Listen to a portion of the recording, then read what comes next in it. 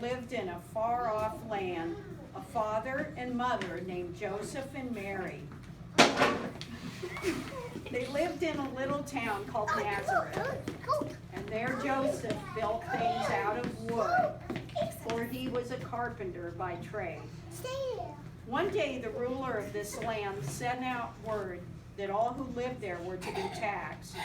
Joseph and Mary had to travel a long way to the city of Bethlehem to pay their taxes.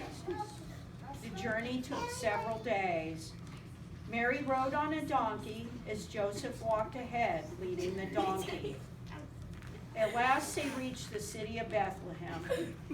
They found that a great many people had come from all parts of the land to pay their taxes too. After the long, slow journey, Joseph and Mary were very tired, and they immediately tried to find a place to spend the night. But the city was very crowded. There was no room for them anywhere. They were turned away from many inns. Not only were they crowded, but the innkeepers could see that they were very poor. Finally, they stopped at an inn on the very edge of town. When they asked for a place to sleep, the innkeeper shook his head. All the rooms were filled, but he was a very kind man, and seeing that Mary was very tired, he said that they might sleep in the stable where his animals were kept. Joseph thanked the kind innkeeper and led Mary to the stable, which was in a cave in the side of a rocky hill just behind the inn. They made their way to the stable. Inside the stable, which was partly made of logs and had a roof covered with straw, they saw donkeys, cows, and sheep, and a goat. It was crowded with extra animals belonging to the travelers. Joseph gathered some of the sweet-smelling hay and made a sort of bed in one corner for Mary. She lay down and soon fell fast asleep in this very strange place. The animals looked at them as they were wondering who was sharing their home with them that night. Now in the hills around the city of Bethlehem were many shepherds who watched their flocks through the night to protect them from wolves. All was still this beautiful winter night, with the exception of the few tiny lambs bleating as they followed their mothers about. Suddenly a great light shone from the sky. It was almost as though day had come. The shepherds were surprised and frightened, for they had never seen anything like this before. Then they heard a voice coming from the sky which said, "Do not be frightened. I bring you good news of great joy. A child is born in Bethlehem who shall bring great happiness to the world. Go to the manger just outside the city of Bethlehem, good shepherds, and you will find him there."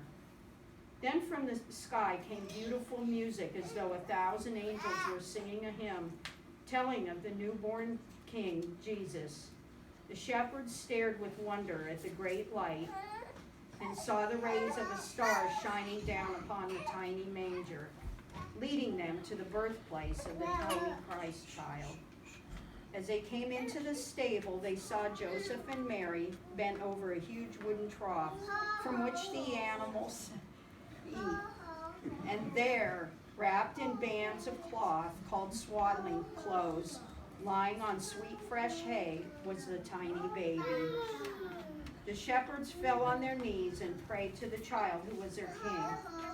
After a while, they went back to their flocks of sheep, and as they wandered throughout the hills, told other shepherds and everyone they met about the child Jesus, their king, who was born in the manger.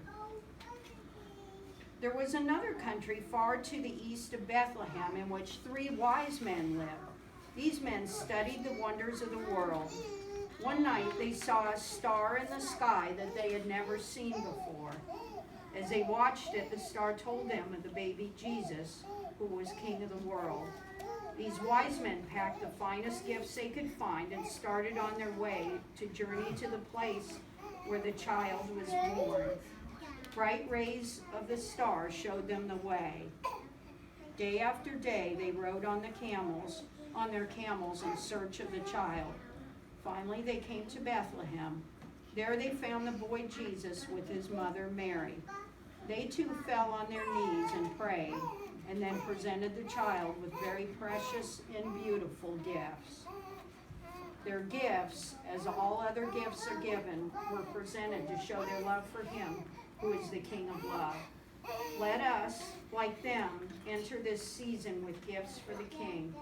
Bring him hearts bowed in worship, hearts filled with gratitude, hearts leaping for joy, praising the King of Kings. So we wish you all a very Merry Christmas, and we hope you enjoy this evening. And as it would happen, these are some friends of ours, Kobe and Chelsea Pasasak, and their little boy is named Christopher. So